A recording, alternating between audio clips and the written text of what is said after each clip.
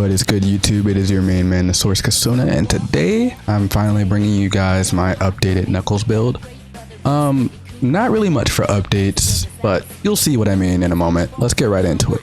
Starting things off with our stats, we are going to be going with agility and strength. You can also go with agility and dexterity, but just note that the damage drop off will be quite a bit. For our food buffs, we are going to be going with the food buffs that you see here. You can also replace negative aggro with agility. Star gems are completely optional for this build. You do not need any of these star gems. These are just skills that I decided would be a little bit more convenient to have as star gems rather than using skill points for them. And for our Regislets, we are going to be using the Regislets that you see here. Every single one of these Regislets is a must-have. So if you do not have them, then this build is going to be a little bit more difficult for you to run. In our shot skills, we're going to be taking long range level 10 as well as quick draw level 10. In our martial skills, we will be taking level 10 on abstract arms, chariot, seismic stomp, Ashura aura, rush, as well as flash blink.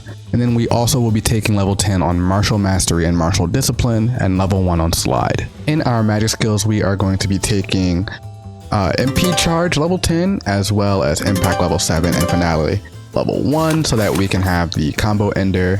In our survival skills, we are going to be running short rest as well as MP level 10. For support skills, we are going to run brave aura level 10. You're barely going to ever have to use this skill, but still take it at level 10 for those times where you will have to use it at level 10. For battle skills, we are going to be maxing out the entire middle row except for the last skill. Speeding along into our Mononofu skills, we're going to be taking Shukuchi level 1, basic stuff. In our dual sword skills, we're going to be taking Godspeed level 10. This gives us 15 agility. That is going to matter. In our assassin skills, we're going to be taking level 10 on backstab, level 10 on backstep, level 10 Sicarius, and level 10 on this skill right here, Secret Assassin. And then we also will need level 10 on Foresight, Shadow Walk, and Assault Chase. These are all skills that will buff the damage of Shadow Walk, as well as Assassin Stab, and then Assault Chase in solo runs. Because you cannot use Shadow Walk, this will boost your short range damage by a certain percentage every single time you evade an attack.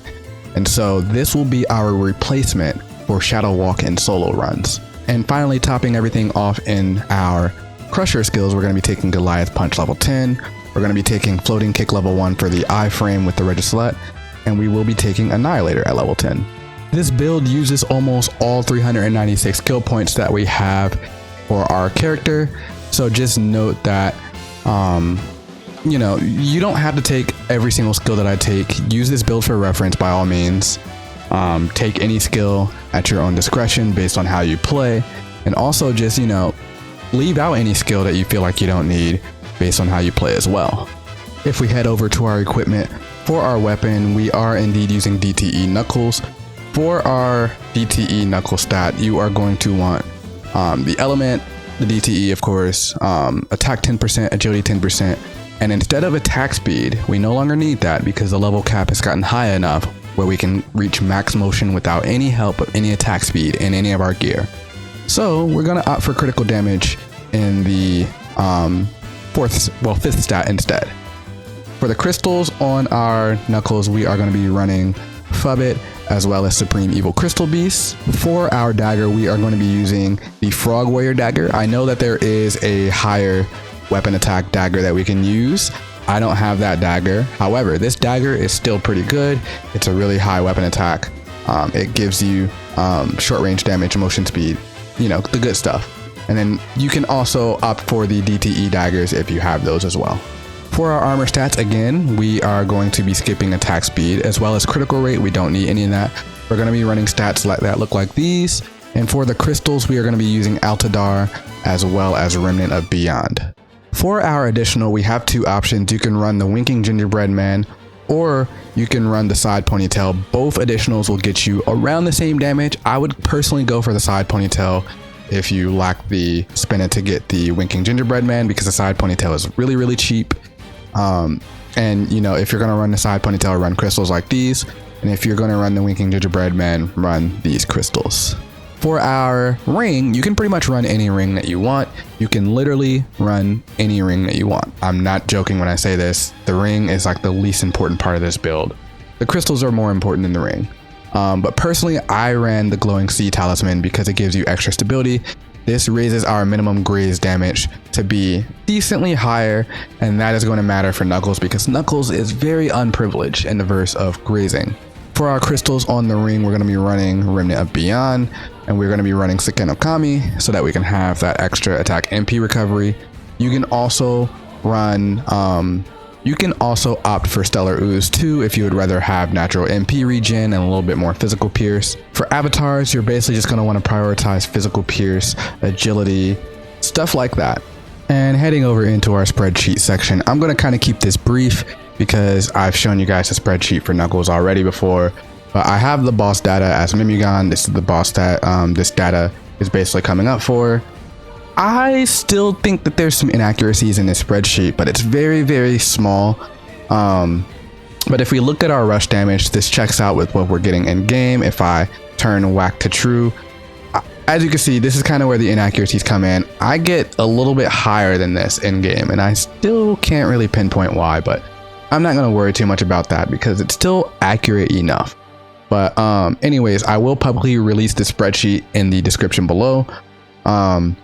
But pretty much the main thing I want to show you guys here is because, you know, for some reason, I feel like the community is stuck in the past of Knuckles NPC being on top, which like that hasn't really been true for 2 years now. I'm just going to show you guys what I mean. So, you know, if we look at our damage, the main things that we're paying attention to is our damage with rush, as well as the backstab damage, the blink abstract rush, and our Goliath punch right here. So I put exclamation points on all of that. If I go over to our salmon, you know, let's pay attention to our graze here because, you know, I know a lot of you guys are going to be like, oh yeah, the damage is very, very close with salmon, but you know, look again because here, backstab right here. And then if we look at our graze, our average graze, and then our minimum graze, if we go to salmon here and then I scroll over and we look at our graze, that's very, very low. And yeah, this is going to be a problem with NPC Knuckles. NPC Knuckles tend to just have lower stability, and so you have a much lower threshold of damage that you can reach when you're grazing. And then not only is the graze is just really, really bad, but like you're still not even really getting that close to the maximum graze.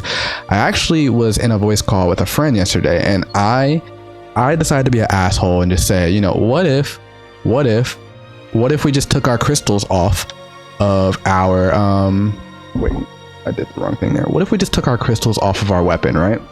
Let me just show you. You know, let's just assume that we don't have any crystals on our weapon here. So, you know, this is a completely no slotted DTE weapon, right? And look how close these numbers are to the salmon. Like, just come on guys, just move on. Hey Suzuki, I'm watching your stream right now. I see you trying not to laugh, bro. That's mad disrespectful, bro. Like, realistically, you're not going to be running a no slotted weapon to begin with, so just move on. Like, literally everyone is going to be running at least one slotted on DTE. So yeah, salmon, it's dead. I mean, it's pretty much dead, these Knuckles. I mean, we have better neutral Knuckles now from the Miku event. Just run those. Salmon is dead. And then, you know, we got the Dookie blockers here. I cheated so hard in this spreadsheet. Like, I literally gave it the benefit of the doubt, gave it gamble flip armor. It's just the numbers are still bad. How many times do we have to teach you this lesson, old man? Our blink abstract rush. This is a sub shield build, so obviously the numbers are going to be much lower for the blink abstract rush. So the main ones are going to be one to look at are just the rush damage, because if we look here at DTE, the rush damage is just so much lower. And this is with a gamble flip stat armor with a 6% attack flip and a 3% physical pierce flip. Again, just guys, come on, please move on. These Knuckles are not good. Like, I'm just gonna say it here. Yeah, that's pretty much all I wanted to show you guys in the spreadsheet, was just the comparison between Salmon and Dookie blockers, because I don't understand why the community has not moved on. And like, the Dookie blockers especially haven't been good in 3 years. They're not even easy to obtain. When the event for the DX stuff came out, they weren't even easy to obtain then. It's just a lot of people managed to get them from the exchange event, and you know, they 2-slotted them, and now they just don't want to move on from them. I get it, they're very easy to build, but just, you gotta move on. If you want to build a DPS Knuckles, you gotta move on from the mindset of Dookie blockers. I would even be fine seeing people run Salmon. Salmon, like, they're decent. It's just, the stability is just the main issue. Because your minimum grades are going to be looking like 5th anniversary gear, you know. So again, I mean, you guys can build your builds at your own discretion. Again, it's just better to run DTE, even no slotted DTE. Not only is it cheaper, easier to find, easier to get, it's just going to be doing better in general. Some important info that I want to pretty much run here. Ignore all the budget stuff here. I do want to give a shout out to Tamio as well as Zenesis5 for helping create these spreadsheets. This is the exact same spreadsheet that I did a year ago.